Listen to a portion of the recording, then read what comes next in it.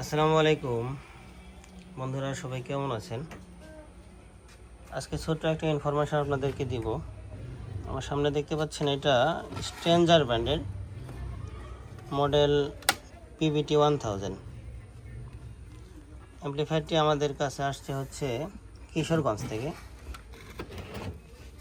অ্যাম্প্লিফায়ারটির সমস্যা, কাস্টমারের বক্তব্য হচ্ছে বেস ট্রাভেলে ঠিকঠাক মতো কাজ করে না।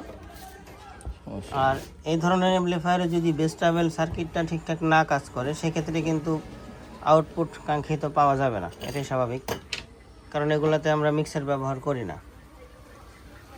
তো এখানে বেশ কিছু ভুল আমরা দেখতে পেলাম এটা খোলার পরে। এখানে দেখতে পাচ্ছেন একটা 3000 মিলি অ্যাম্পিয়ারের ট্রান্সফর্মার ব্যবহার করা হয়েছে, এবং সেখানে ফিল্টারিং করে এখান থেকে ফ্যানে সাপ্লাই দিছে, প্লাস হচ্ছে আপনার বেস ট্রাভেলে সাপ্লাই দেওয়া হয়েছে। কিন্তু এখানে কিন্তু কোম্পানি ফিল্টার বোর্ডে রেগুলেশন করে দিয়েছে বেস ট্রাভেলের জন্য এবং ফ্যানের জন্য। কোম্পানির সিস্টেমটা কখন বাদ দেওয়া যায়? যখন নাকি একদমই এই বোর্ডটা ড্যামেজ হয়ে গেছে, এটা মার্কেটে অ্যাভেলেবেল না, বা একদম পাওয়াই যাচ্ছে না, তারপরেও বাদ দিব কখন কোম্পানির সিস্টেমটা? যখন নাকি আমার কোম্পানির থেকে আমি ভালো কিছু করতে পারবো। কোম্পানির যদি সিস্টেমটা কোনো কারণে ভুল ডিজাইন হয়ে থাকে, অনেক ক্ষেত্রে হয়ে থাকে, তারাও মানুষ ভুল করতেই পারে। তো সেক্ষেত্রে দেখা যায় যে অনেক সময় কোম্পানি সার্কিটগুলো ডিজাইন করে টিকসই হচ্ছে না, বারবার রিপেয়ার করার পরে, তখন কোম্পানির সিস্টেম আপনি বাদ দিতে পারেন, যদি আপনি তার থেকে বেটার কিছু করতে পারেন। তো কোম্পানির সিস্টেম থাকা সত্ত্বেও এখানে যে আলাদা রেগুলেশন করা হয়েছে, এটা কিন্তু নয়েজের একটা কারণ হয়, অন্যতম কারণ। কারণ আলাদা সাপ্লাই যখন ইউজ করবেন, তখন আলাদাভাবে একটা ডিস্টরশন আসবে, সাউন্ডের মধ্যে নয়েজ আসবে, সাউন্ডের কোয়ালিটি নষ্ট হবে। এখানে আবার রেগুলেশন করার জন্য কোম্পানি ব্যবহার করে ট্রানজিস্টর, এখানে ব্যবহার করছে 7824 পাওয়ার রেগুলেটর।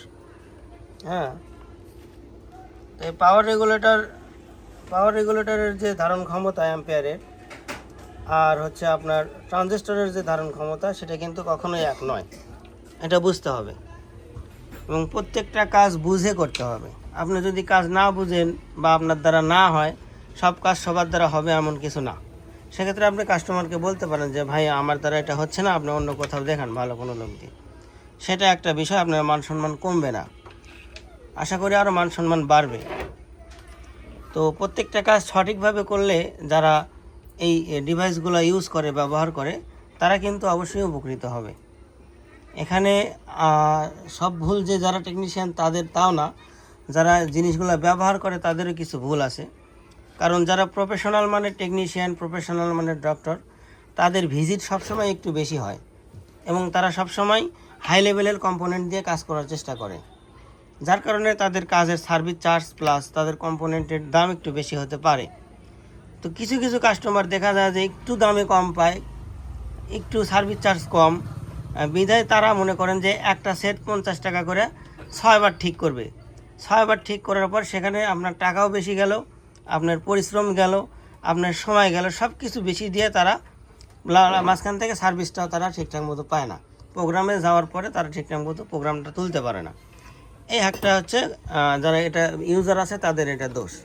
তো অবশ্যই আপনারা চেষ্টা করবেন, এটা একটা ইনফরমেশন দেওয়ার জন্য ভিডিওটি মেক করা। চেষ্টা করবেন প্রফেশনাল মানের যারা টেকনিশিয়ান আছে তাদের দ্বারাই প্রফেশনাল অ্যাম্প্লিফায়ারগুলো ঠিক করানো।